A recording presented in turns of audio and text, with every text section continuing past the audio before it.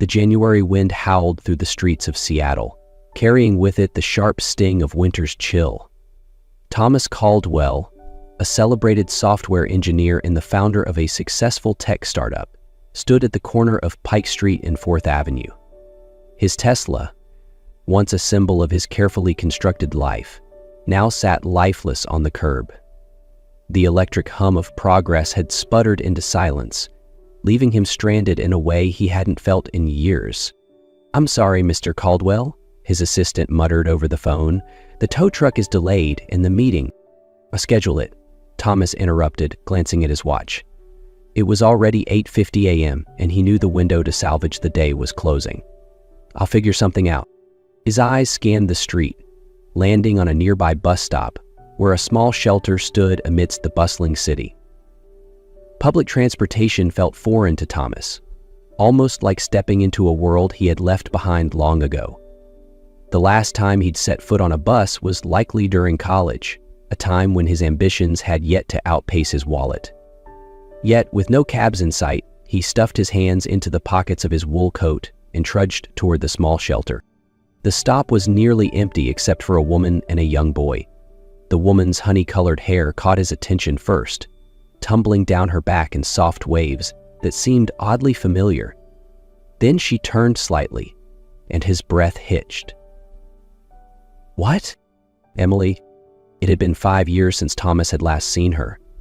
The end of their relationship was still a scar he avoided touching, a whirlwind of late-night arguments and missed dinners, culminating in a goodbye he hadn't expected. She looked almost the same, though there was a new weight to her expression, a gravity he couldn't place. Then his eyes fell on the boy standing beside her, clutching her hand. The child couldn't have been more than 4 years old, with sandy brown hair and piercing green eyes that mirrored Thomas's own. "Emily?" The name slipped from his lips before he could stop it. She turned fully, her face registering surprise and something else. Fear. "Dabis."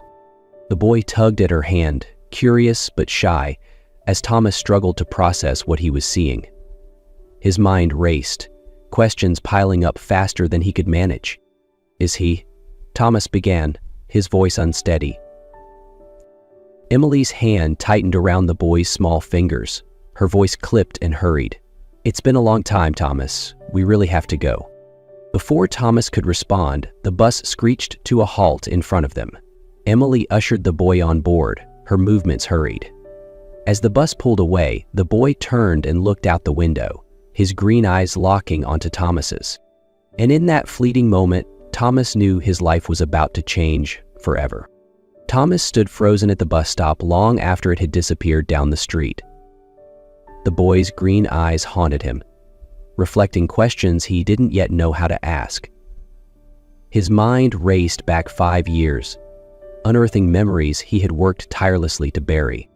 Emily had been the one constant in his life when everything else was chaotic. They had met during a startup conference in Portland, her sharp wit and easy laugh cutting through the sea of overly ambitious tech enthusiasts.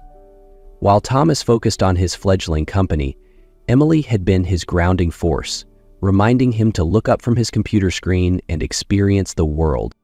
But even she couldn't compete with his ambitions.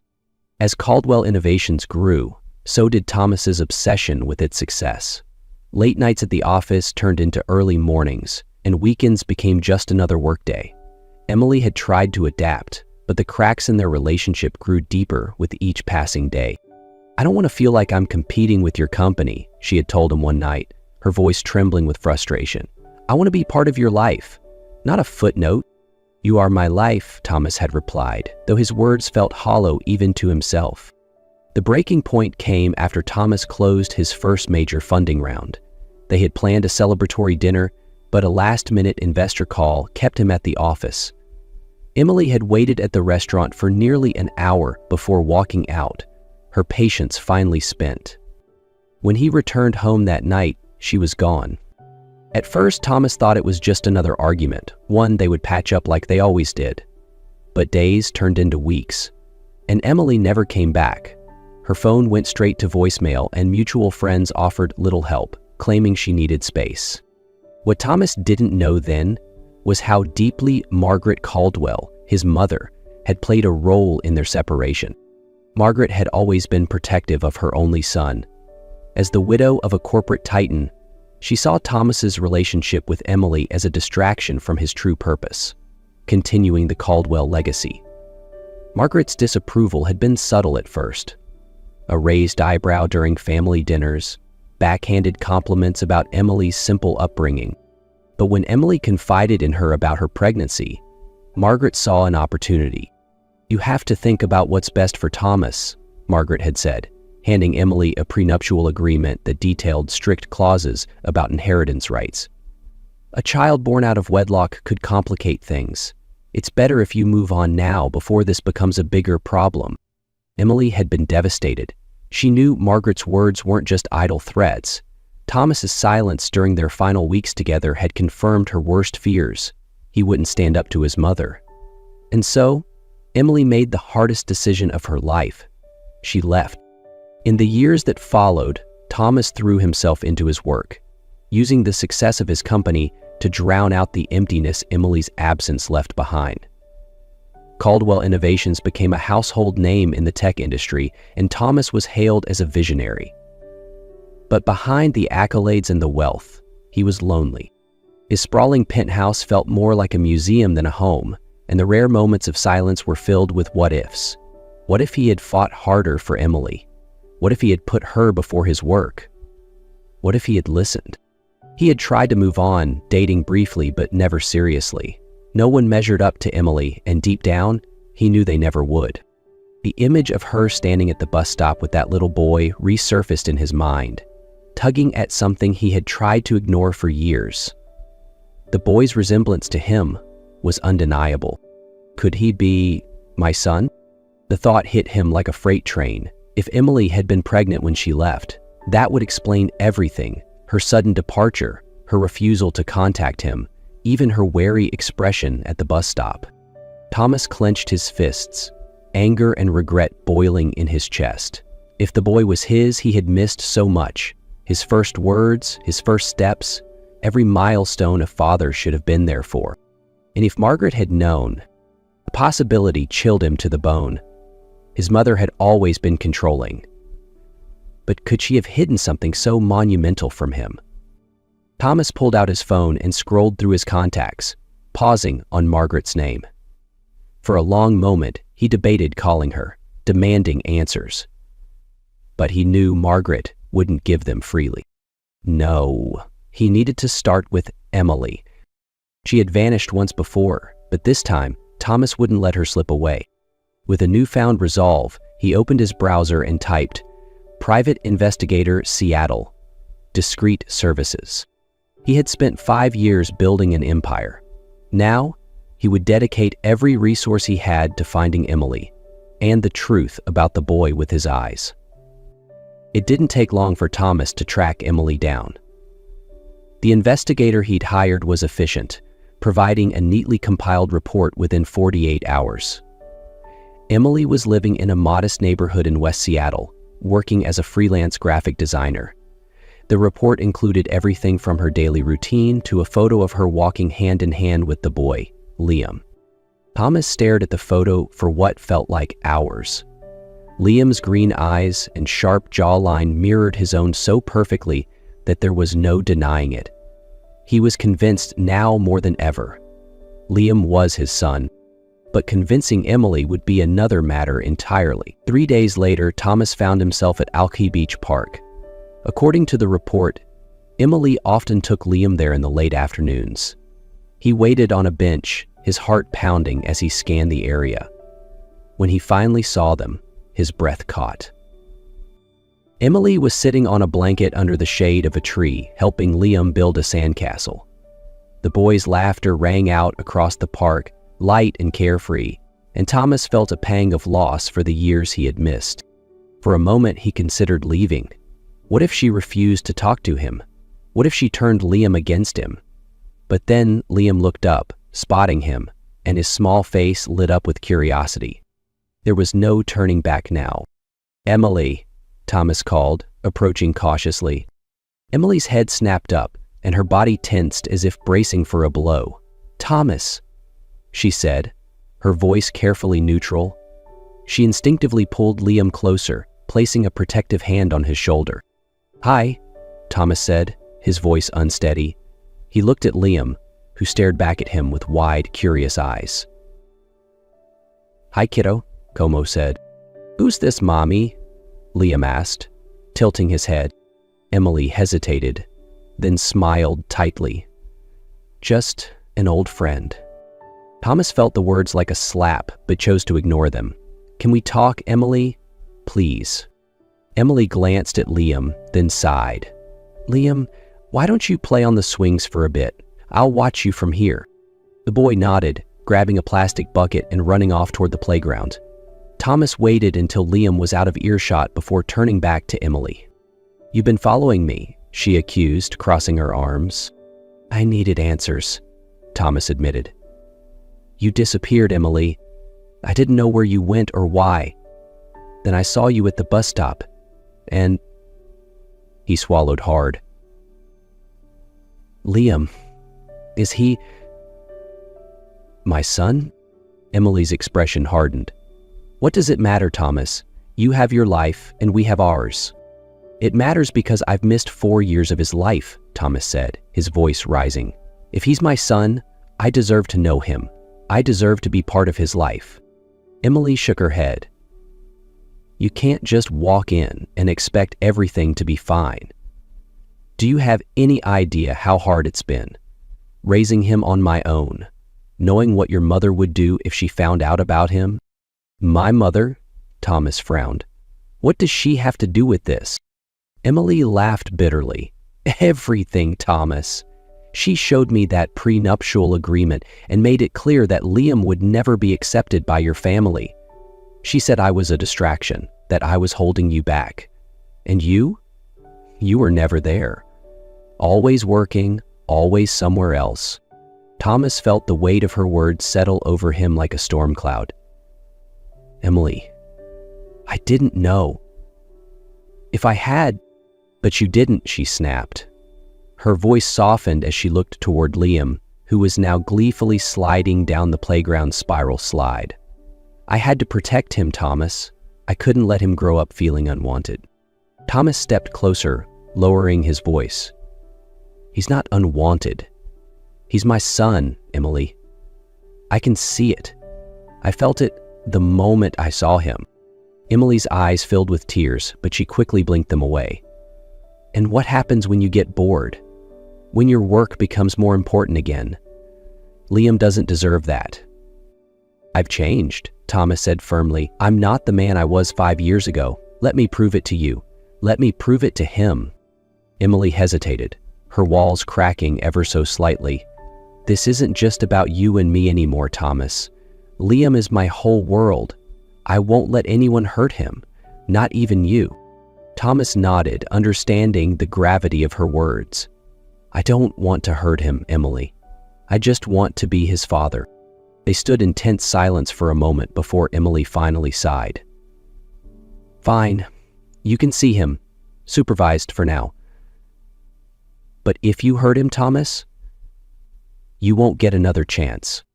"Won't," Thomas promised, his voice resolute. Emily called out to Liam, who came running back with a bucket full of sand and a beaming smile. "We're going home, sweetie," she said. Thomas knelt to Liam's level. "It was nice meeting you, Liam," he said, his voice catching. Liam tilted his head. "You'll be around again, right?" Thomas glanced at Emily, who gave a reluctant nod. "Yeah, buddy," he said, his heart swelling with hope. "I'll be around." Thomas left Alki Beach with a mix of hope and apprehension. Emily had given him a chance, but it came with conditions. Conditions he was determined not to break. As he drove back to his office, Liam's face remained vivid in his mind. Those green eyes weren't just a resemblance. They were a reflection of everything Thomas had lost. He spent that night poring over the investigator's report again, looking for gaps that Emily hadn't filled. It wasn't just about finding out where she had been for the past 5 years. He wanted to understand why she had felt the need to leave. And the answers pointed back to one person, Margaret Caldwell. 2 days later, Thomas found himself in his mother's penthouse, the space as meticulously maintained as its owner. Margaret greeted him with her usual composed demeanor, her eyes narrowing slightly at his unannounced visit. "Thomas," she said, motioning toward the impeccably arranged sitting area, "to what do I owe this surprise?" Thomas didn't waste time. "When were you going to tell me about Liam?" Margaret's expression didn't falter, but there was a flicker of something in her eye, something that confirmed his suspicions. "I don't know what you mean," she said, her voice smooth. "Don't lie to me, Mother." His tone was sharper than he intended, but the weight of 5 years of deception pressed against his chest. "I saw Emily. I saw Liam. He's my son, isn't he?" Margaret sighed, a practiced exhalation designed to convey both patience and exasperation. "Thomas, Emily made her choice. She walked away." "Because you drove her away," Thomas snapped. He stood, pacing the room. "I know about the prenuptial agreement. I know you showed it to her. Did you think I wouldn't find out?" Margaret's mask cracked, just slightly. "I was protecting you," she said firmly. "You were on the brink of something extraordinary, Thomas. Caldwell Innovations needed you focused. Emily would have been a distraction." "She wasn't a distraction," Thomas said, his voice low but steady. "She was everything. And you took her away from me." "I gave her a choice," Margaret retorted, her tone defensive. "And she made the one that was best for everyone." Thomas stopped pacing, his hands clenching into fists. "No, Mother, you didn't give her a choice. You manipulated her. You used your power, your money, to make her feel like she wasn't good enough. Like Liam wasn't good enough. And now, because of you, I've missed 4 years of his life." Margaret stood as well, her heels clicking against the marble floor. "And what do you plan to do about it, Thomas? Throw everything away for some misplaced sense of guilt? Do you think Emily is waiting for you with open arms? She's moved on. So should you." Thomas stared at her, a surge of anger and resolve rising within him. "You lost the right to decide what's best for me years ago, and you never had the right to decide what's best for Liam." Margaret's face hardened. "You'll regret this, Thomas. You're letting emotions cloud your judgment. The company will survive without me," he said, cutting her off. "But I won't survive losing them again." He turned and walked out, leaving Margaret standing alone in her pristine penthouse.